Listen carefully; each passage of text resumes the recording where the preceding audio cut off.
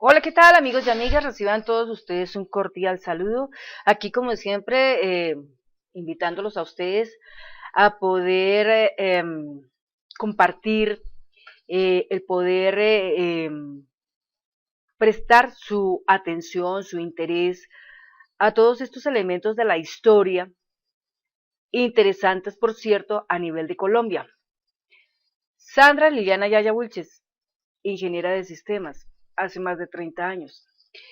Vamos a hacer el siguiente desarrollo, edición, conducción, locución e investigación de este video que tiene como título Creando un presidente para Colombia 2022. Vamos a hablar de la píldora número 003. Bueno, recontando todo lo que hemos hecho hasta el momento. El primer video fue una introducción sobre las palabras diferentes que mueven todo el ejercicio de lo que en Colombia pasa en el diario vivir. Desde la parte de la oligarquía, la clase media baja, los pobres, los grupos vulnerables, todo lo que pasa en nuestro país, presente en todos los elementos que hay aquí. Y eso fue lo que se trató de hablar en el primer video.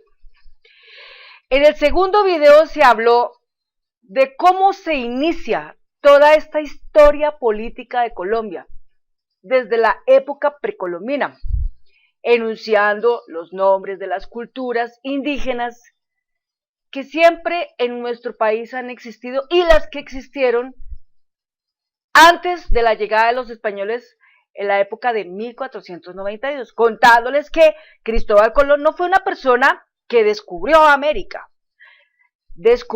pero no para cosas mejores, sino para saquearla, imponer el régimen español totalmente bajo la monarquía del rey Felipe II.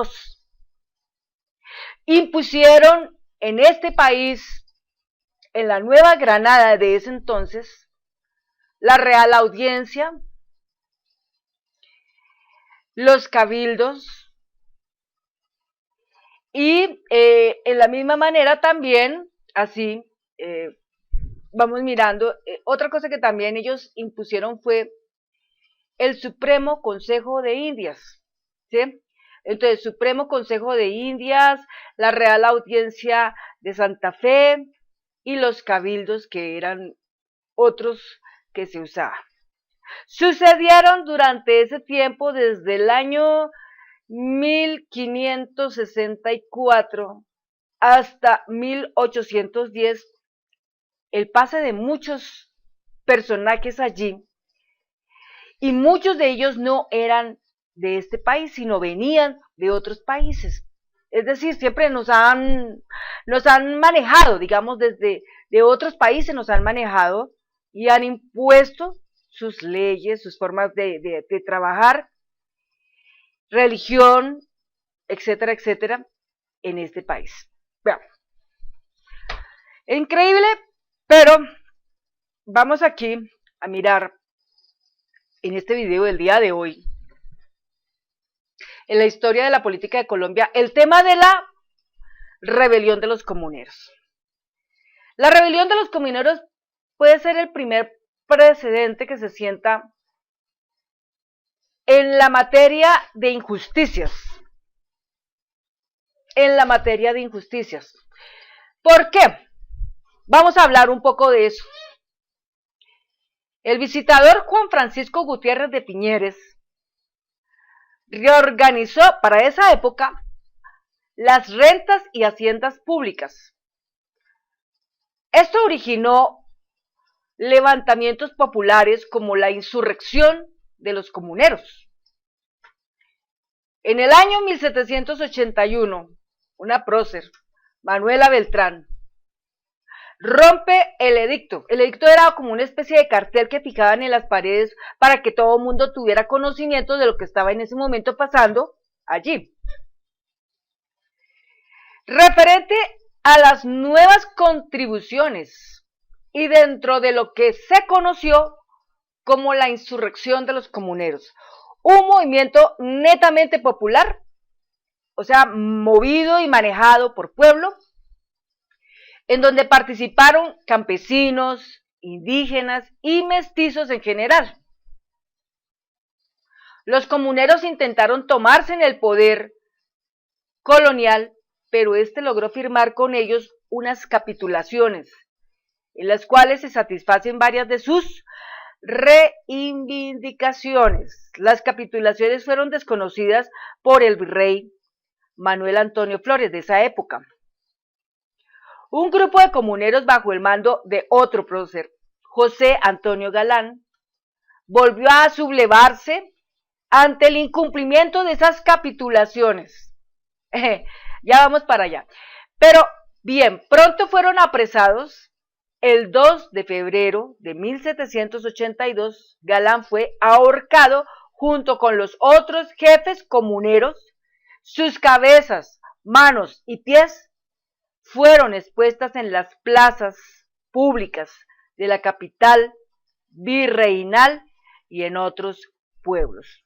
Examinemos un poco en materia de estas cosas que se presentan. Remontémonos hacia el año 2010. En este momento, el pueblo se puede sublevar en el incremento de los impuestos para poder cubrir 20 billones de pesos que estarán buscando cómo tapar desfalcos que han provocado en conjunto la corrupción.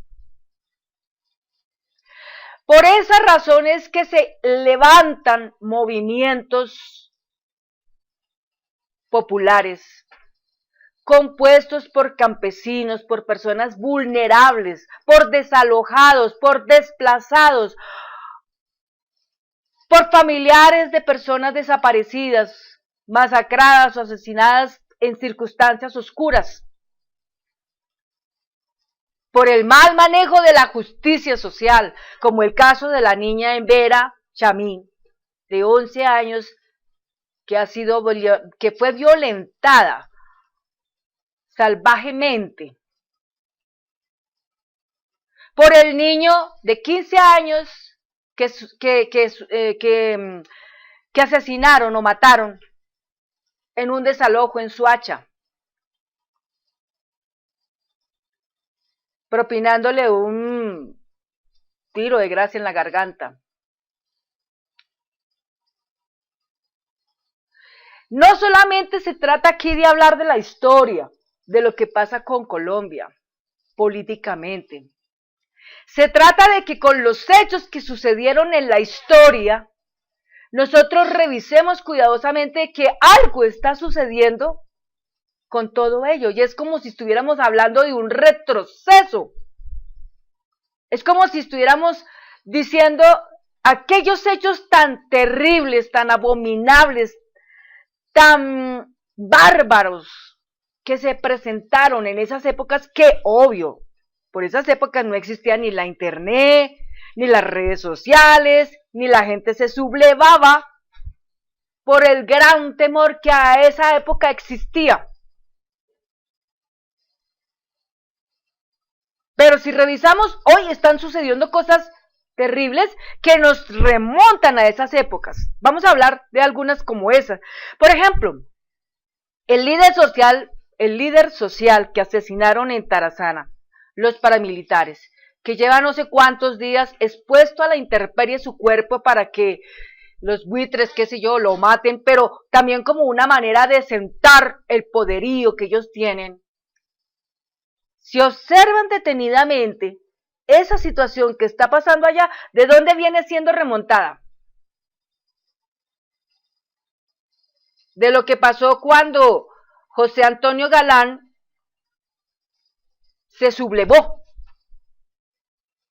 ¿Por qué? Porque ven el incumplimiento de las capitulaciones de esa época. Hoy nosotros podemos decir cuál es el incumplimiento de esta época: los acuerdos de paz. Por razones así es que matan permanentemente líderes sociales. Entonces, ¿qué pasa aquí? Que el Estado genera un incumplimiento a los actos que se han sentado, como se sentó este acto en el 2016. pero que a partir de ahí han sucedido cualquier cantidad de muertes de líderes sociales, que muchas veces los estigmatizan haciéndolos pasar que no, que eran guerrilleros, no, que eran asesinos, no, que era por ahí parte de alguna banda criminal, no, que era que le habían robado el celular, en fin, cosas de ese tipo. Porque muchas veces la gente habla, pero no tiene fundamento para asociar los fenómenos que pasaron de la historia de Colombia en los tiempos de atrás con los de los tiempos actuales. Si muchas veces uno sale a la calle a protestar, hoy por hoy, le dicen a uno, vete por el andén. Bueno, listo, nos vamos por el andén. Pero ni aún así, porque vamos por el andén y vamos cargando un pasquín o cargando un letrero hecho con el puño de nuestras manos. Cuando lo hacemos con ese ánimo de, con esto que hago quiero protestar y presentarle al mundo mi inconformidad, mi indignación. Quiero pelear porque la impunidad que existe en este país para los grandes no quede ahí como una especie como de ley, sino que actúen. Que es muy triste ver que personas que manejan la justicia salen a decir cosas cuando ni siquiera han observado todo el elemento informativo para definir con claridad una sentencia.